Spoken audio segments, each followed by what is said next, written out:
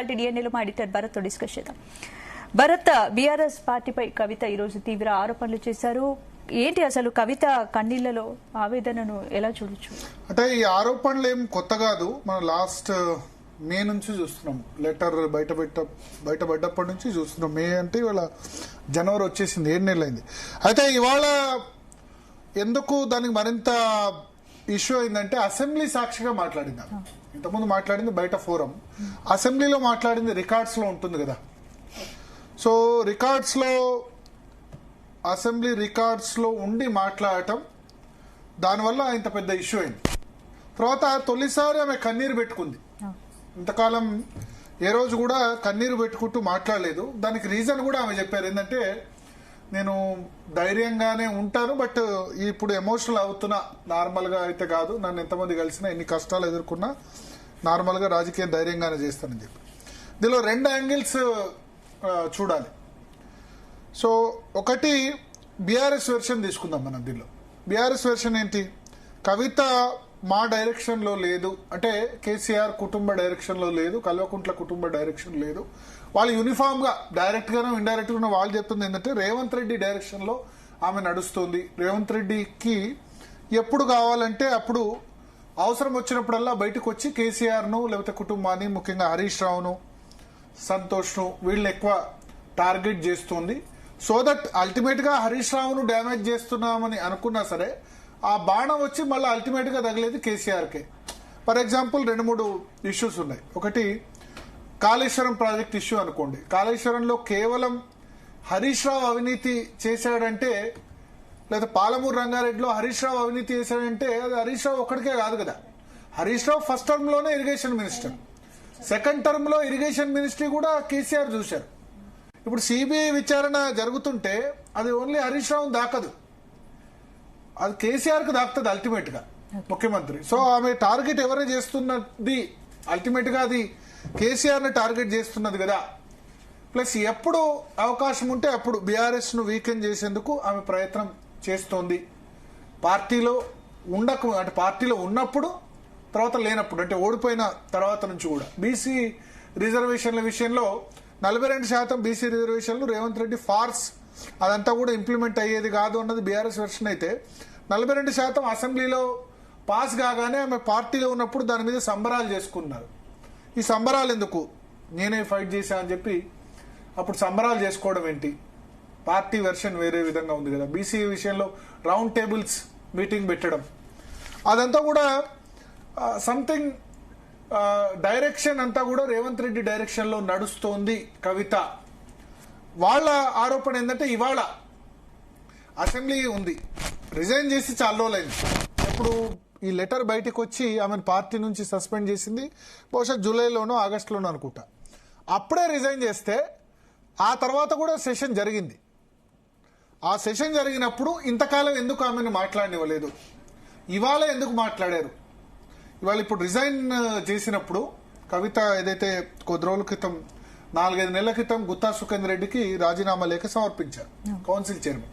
ఇప్పటి వరకు దాన్ని యాక్సెప్ట్ చేయలేదు.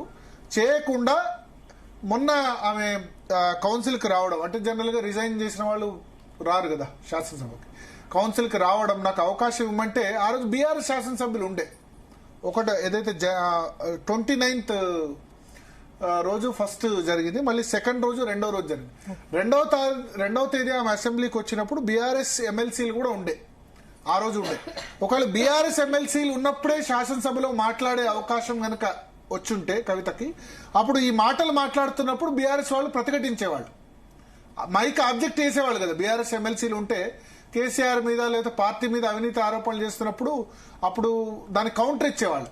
సో వాళ్ళంతా కూడా ఇప్పుడు బాయ్కాట్ చేసిన తర్వాత ఆమెకు అవకాశం ఎందుకు ఇచ్చారు? కౌన్సిల్ చైర్మన్ గానీ లేకపోతే అధికార పక్షం కానీ ఇప్పుడు ఎందుకు అవకాశం ఇచ్చారు? సరే రిజిగ్నేషన్ ఇచ్చినప్పుడు ఏదో 2-3 నిమిషాలు మాట్లాడిస్తారు కానీ ఇంతసేపు మాట్లాడేందుకు అవకాశం ఇచ్చారు. ఇదంతా కూడా గవర్నమెంట్ స్క్రిప్టెడ్ అన్నది బీఆర్ఎస్ వాళ్ళు. మరి కవిత అయితే చాలా విషయాలు వెల్లడించారు కదా. కవిత ఒక మహిళగా ఎదుర్కొన్న అవమానం. రెండోది ఆమె వెర్షన్ కూడా చెప్తాను, ఎందుకంటే మనం 2 వెర్షన్ చెప్పాలి. బీఆర్ఎస్ వెర్షన్ ఇది, ఇదంతా కూడా వాళ్ళు ఒకటే ఏంటంటే ఇదంతా రేవంత్ రెడ్డి స్పాన్సర్డ్ అధికార పార్టీ డైరెక్షన్ లో ఆమె పనిచేస్తుంది. ఇప్పుడు చేస్తున్న చోట కూడా మమ్మల్ని ఎక్కువ తిట్టట్లేదు. ఇప్పుడు అధికారంలో ఉన్న వాళ్ళని తిట్టాలి కానీ ఇప్పుడు చాలా చోట్ల జాగృతి జనం బాట వెళ్తున్నప్పుడు అధికార పార్టీ కంటే ఎక్కువ బీఆర్ఎస్నే ఎక్కువ తిడుతోంది.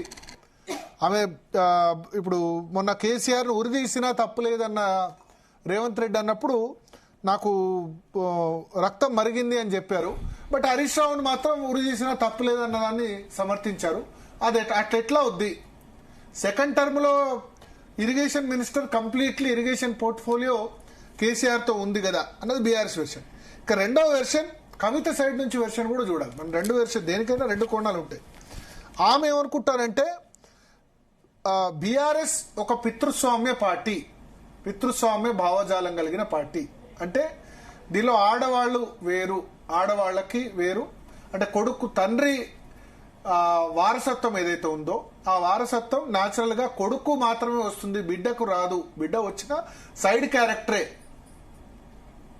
అని అనుకునే పార్టీ. అందుకనే మొదటి టర్మ్ లో 5 సంవత్సరాల్లో ఒక్క మహిళకు కూడా మంత్రివర్గంలో స్థానం కల్పించలేదు. ఆ తర్వాత ఇద్దరికి కల్పించారు, అది వేరే సంగతి. కానీ మహిళా మంత్రివర్గం లేకుండా ఉన్న ఒక టర్మ్ మొత్తం గడిపిన పార్టీ.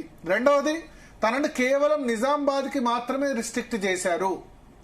నిజామాబాద్ ఎంపీగా గెలిచినా సరే కేవలం అక్కడి వరకు మాత్రమే రిస్ట్రిక్ట్ చేశారు. కానీ తన అనవసరంగా తనకంటే ఎక్కువ సంపాదించుకున్న వాళ్ళు పార్టీలో చాలా మంది ఉన్నారు. కానీ అనవసరంగా తను బ్లేమ్ అయ్యాను ఈ విషయంలో. జడ్పీటీసీ, సర్పంచ్, ఎమ్మెల్యేలు, హైదరాబాద్ లో ఎమ్మెల్యేలు కూడా 100 కోట్లకు పైగా సంపాదించుకుంటే తాను ఒక్కదాన్నే సంపాదించుకున్నట్టు అనవసరంగా తనను బ్లేమ్ చేశారు. ఎక్కడ డిసిజన్ మేకింగ్ ప్రాసెస్ లో రాష్ట్రంలో మంత్రులుగా కేటీఆర్, హరీష్ రావు ఉన్నారు. సంతోష్ మొత్తం రాష్ట్రంలో చక్రం తిప్పారు. కుటుంబ సభ్యుల్లో అందరికంటే తక్కువ ఇంపార్టెన్స్ ఉంది తనకే, కానీ ఎక్కువ బ్లేమ్ అయింది నేను అని ఆమె అభిప్రాయం. అనవసరంగా ఇవాళ అదే చెప్పారు కదా, ఏంటంటే కన్నీళ్ళు చేస్తూ నేను ఎప్పుడు పైరవీలు చేసుకోలేదు, నా దగ్గరికి ఆశా కార్యకర్తలు చాలా మంది వచ్చారు, వచ్చిన వాళ్ళు చేశాను తప్ప నేను ఎప్పుడు అధికారంలో ఉండి ఏ పైరవి కూడా చేసుకోలేదు, నేను చెప్పాలనే చూశాను, కాంట్రాక్టు, అవుట్ సోర్సింగ్, దీనన్నిటి గురించి కూడా మాట్లాడారు. సో నేను సంపాదించుకుంది తక్కువ, బ్లేమ్ అయింది ఎక్కువ అని చెప్తూ ఆమె నరసింహస్వామి మీద ఒట్టేశారు. నరసింహస్వామి మీద ఒట్టేశారు, తన కొడుకుల మీద ఒట్టేశారు. తన ఫైట్ ఆస్తి కోసం కాదు, ఆత్మాభిప్రాయం. అంటే ఇప్పుడు నరసింహస్వామి మీద ఒట్టు అన్న యాంగిల్ కూడా చూడాలి. ఎందుకంటే కల్వకుంట్ల వాళ్ళ ఇష్టదైవం నరసింహస్వామి కాదు, దావన్పల్లి అంటే తన భర్త తరపు వాళ్ళ ఇష్టదైవం నరసింహస్వామి. మీరు ఇక్కడ అబ్జర్వ్ చేయండి. సో దట్ ఇంకా అంటే తన పుట్టింటికి సంబంధించిన వాళ్ళతో పూర్తిగా సంబంధాలు తెచ్చుకున్నట్టే అనుకోవాలి. అంటే ఇక తను కల్వకుంట్ల కవితగా కంటే దేవన్పల్లి కవితగా, అంటే తన భర్త సైడ్ నే పూర్తిగా దాన్ని కుటుంబాన్ని అడాప్ట్ చేసుకున్నట్టే అనుకోవాలి. కొడుకు కూడా వాళ్ళు వచ్చారు శాసన మండలిలో మనం చూస్తే గనక. సో నరసింహస్వామి మీద ఒట్టు, నా 2 కుమారుల మీద ఒట్టు అంటే ఇంకా నేను ఆ కుటుంబ ఛాయలకు వెళ్ళదలుచుకోలేదు ఫ్యూచర్ లో కూడా. నిజంగా ఇప్పుడు ఆ కుటుంబం మీద లేకపోతే వాళ్ళ మీద చేసిన ఆరోపణలు బట్టి ఫ్యూచర్ లో కూడా మరి బీఆర్ఎస్ అంటే కేసీఆర్ ఆమెను దగ్గరికి పిలుస్తారా తెలియదు. ఎందుకంటే టూ మచ్ పర్సనలైజ్ అయిపోయింది, వ్యక్తిగతంగా అయిపోయింది. తర్వాత ఇంతకుముందు టార్గెట్ చేసింది నిరంజన్ రెడ్డిని, జగదీష్ రెడ్డిని, ఎక్కడ పోతే అక్కడ నాయకుల్ని టార్గెట్ చేశారు. ఇప్పుడు హరీష్ రావుని ఎక్కువ టార్గెట్ చేస్తున్నారు. డైరెక్ట్ గానో ఇండైరెక్ట్ గానో అవి తగలాల్సిన చోట కేసీఆర్ కూడా తగులుతున్నాయి. కేసీఆర్ మౌనం వెనుక అసలు కారణం ఏంటి? మేము మాట్లాడు ఏం చేస్తారు కేసీఆర్ మౌనం అంటే? పిలిస్తే ఆయన జనరల్ గానే నార్మల్ గానే మౌనం, ఏమి మాట్లాడరు కదా. ఇప్పుడు మొన్న ప్రెస్ మీట్ లో పాలమూరు రంగారెడ్డి గురించి మాట్లాడినప్పుడు ఎవరో ఒకరు టైం ఇస్తే కవిత గురించి కూడా క్వశ్చన్ చేసేవాళ్ళు.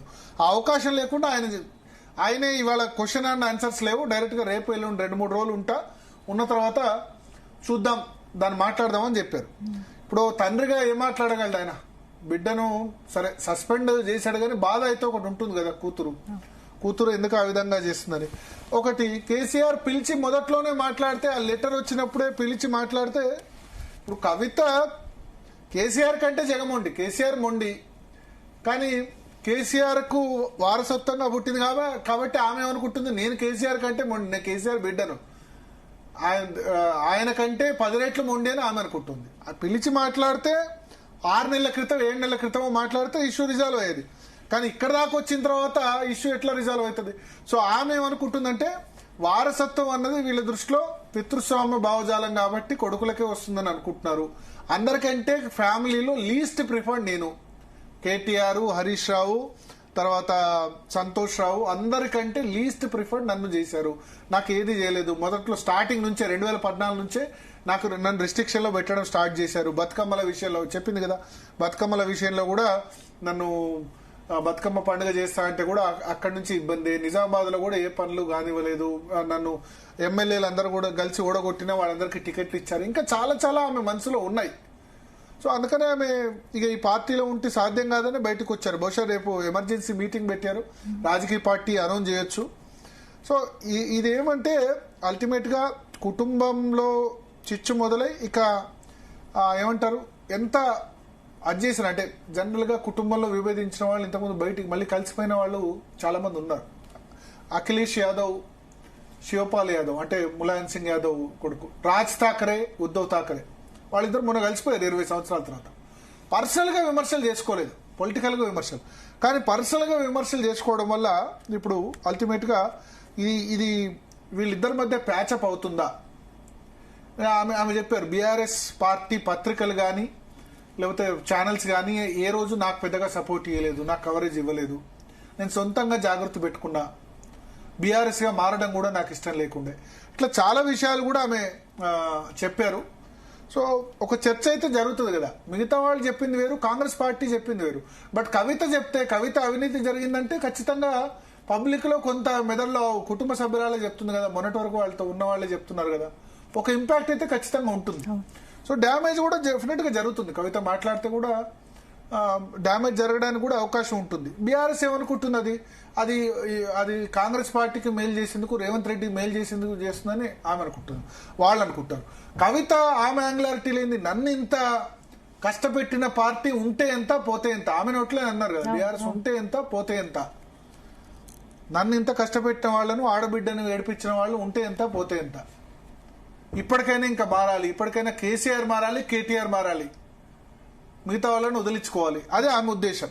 అంటే హరీష్ రావు లేకపోతే సంతోష్ రావు వాళ్ళిద్దరినో పంపించేస్తే కేటీఆర్ పాత్ర ఏంటి అసలు? కవితకు మద్దతు ఇస్తారా, దూరంగా ఉంటారా? ఇప్పుడు ఎట్లా మద్దతు ఇస్తారు?